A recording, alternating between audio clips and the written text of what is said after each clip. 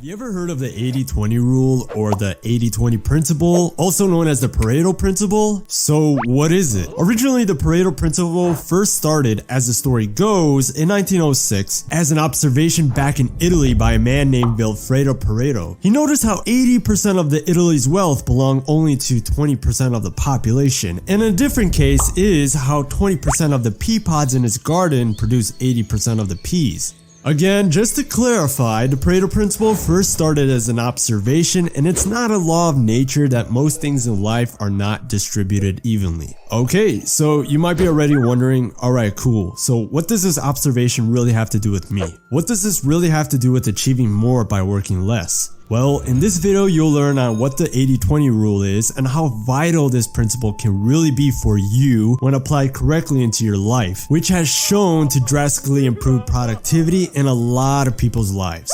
So, let's talk about it. Alright, so the Pareto principle helps you realize that the majority of the results come from a minority of inputs. In short, 20% of the input creates 80% of the results, or vice versa, 80% of the input creates 20% of the results. Interestingly, in today's current day and age, Vilfredo is still not far off that 20% of the world's population controls about 82.7% of the wealth. So, here's the story for you to understand how the 80-20 can really affect people's lives. There are two guys, one is Fred and the other is Jerry. Fred is a hardworking man. He's the guy that you always see him working non-stop at his job, at home, almost everywhere. He's on the run trying to get tasks done, trying to pay the bills, trying to fix things, manage everything. And then there's Jerry. This man is kind of like the opposite of Fred. He works about 3 hours a day, and the rest of the day he does whatever he wants, when he wants, and seems to always have the ability to enjoy hanging out with his friends and family. Now, let me ask you something.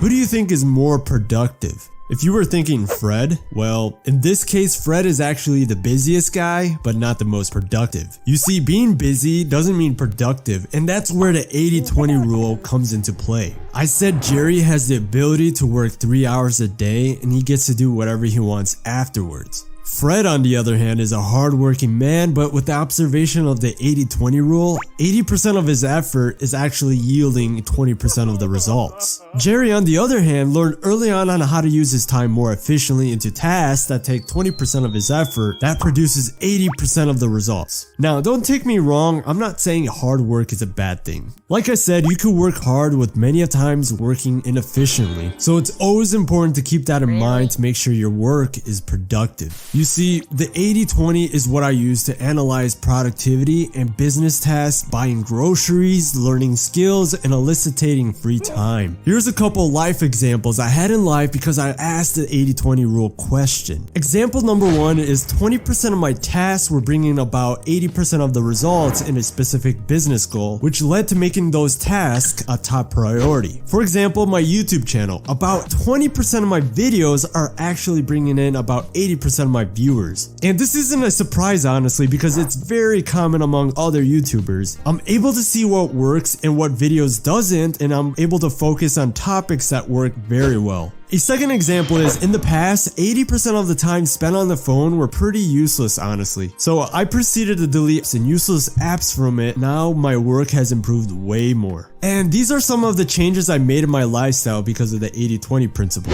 Again, how could this apply to you? Well, I read Tools of Titan by Tim Ferriss. I learned from the book it's very helpful to organize your activities and think about your strengths and weaknesses. In other words, which things should you be doing on your own and which things should you delegate or even remove from your schedule. When you find something that is yielding more results, place your focus there and your time will be even used more efficiently, thus you'll be able to become more productive. Time is the most valuable currency. It's unreplaceable. It's something you can't get back. By applying the 80-20 principle, your ability to better control your time and what yields the most results will help you improve drastically. So, what is your thoughts about the 80-20 principle? How will you apply it in your life? Let me know in the comments. As always, thanks for watching, and I'll see you later.